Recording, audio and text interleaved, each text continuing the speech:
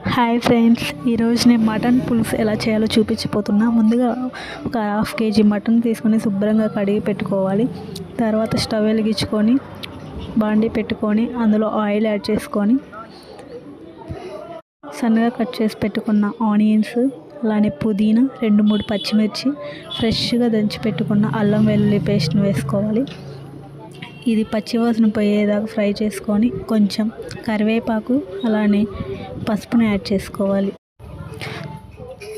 ఇది ఒకసారి ఇలా తిప్పుకున్నాక పచ్చివాసన పోయాక ముందుగా శుభ్రంగా కడిగి పెట్టుకున్న మటన్ని ఇందులో యాడ్ చేసుకోవాలి. ఇలా మటన్ అంతా వేసుకున్న తర్వాత ఒకసారి తిప్పుకోవాలి. గరిట పెట్టి మూత పెట్టి ఒక 5 మినిట్స్ మగ్గించుకోవాలి. మగ్గించుకున్నాక చూసారా వాటర్ అనేవి ఎలా వచ్చినాయో. ఇప్పుడు ఇందులో ఒక సన్నగా కట్ చేసుకున్న టమాటాని యాడ్ చేసుకుందాం. అలానే టేస్ట్కి తగ్గట్టు రాళ్ళ ఉప్పుని యాడ్ చేస్తున్నాను. రాళ్ళ ఉప్పు వేయడం వల్ల టేస్ట్ అనేది బాగుండిద్ది ఇట్లా మటన్లకి కానీ చికెన్లకి కానీ. మళ్ళీ మూత పెట్టేసుకో. 5 మినిట్స్ మగ్గించుకున్నాక మూత తీసి చూస్తే టేస్ట్కి తగ్గట్టు కారాన్ని కనుక యాడ్ చేసుకున్న తర్వాత ఒక గ్లాస్ వాటర్ వేసుకొని ఆ వాటర్ అనేవి కొంచెం ఇనిగిపోయిన దాకా, అంటే మనకి ముక్క అనేది బాగా మెత్తగా ఉడకాలి.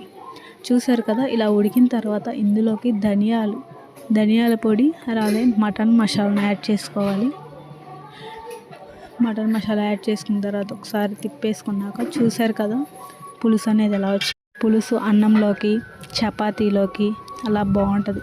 లాస్ట్లో కొత్తిమీర వేసుకొని అయిపోతుందండి.